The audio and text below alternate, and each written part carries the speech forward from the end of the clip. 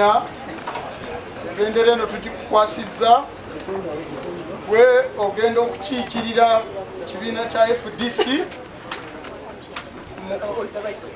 mu kalulu kano ketugenda okwenyigiramu ennaku z'omwezi 11 ne 12 wandiisa kusunsulamu omwezi ogwokusatu Dr.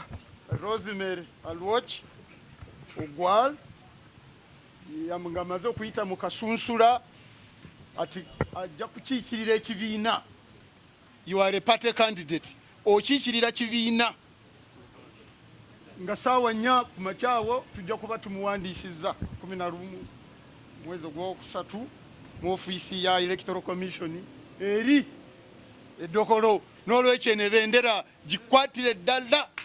Eno ebendera tugikukwasizza era olina okugendera ddala paka ku buwanguzi.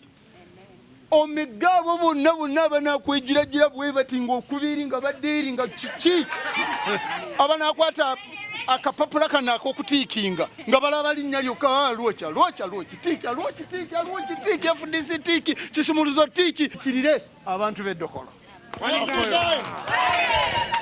Era engeri y'emu ngenda kumukwasa ssemateeka y'ekibiina. Ssemateeka y'ekibiina kya FDC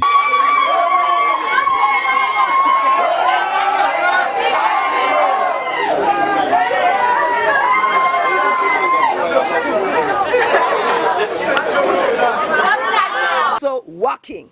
So if the people of Dokolo give me that mandate, the work that began will continue for the betterment of Dokolo, for the betterment of Lao, for the betterment of all of Uganda, and any other international work will continue.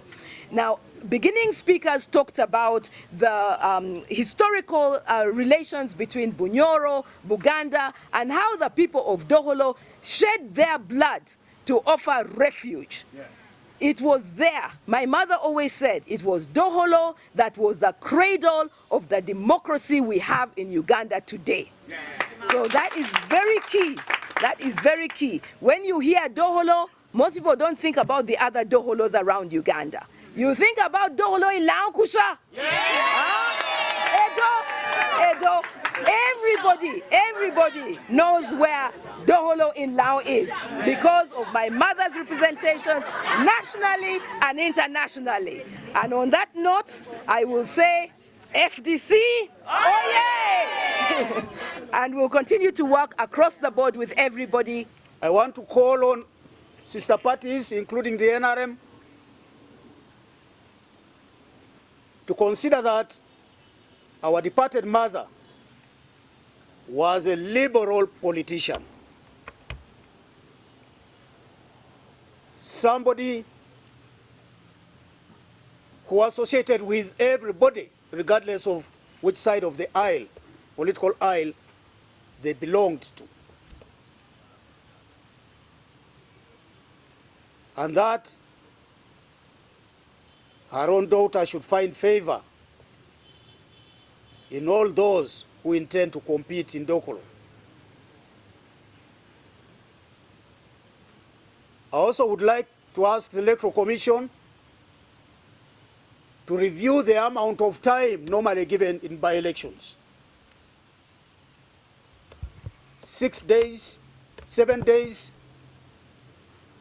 for a candidate to traverse 14 sub-counties of Dokolo is a tall order.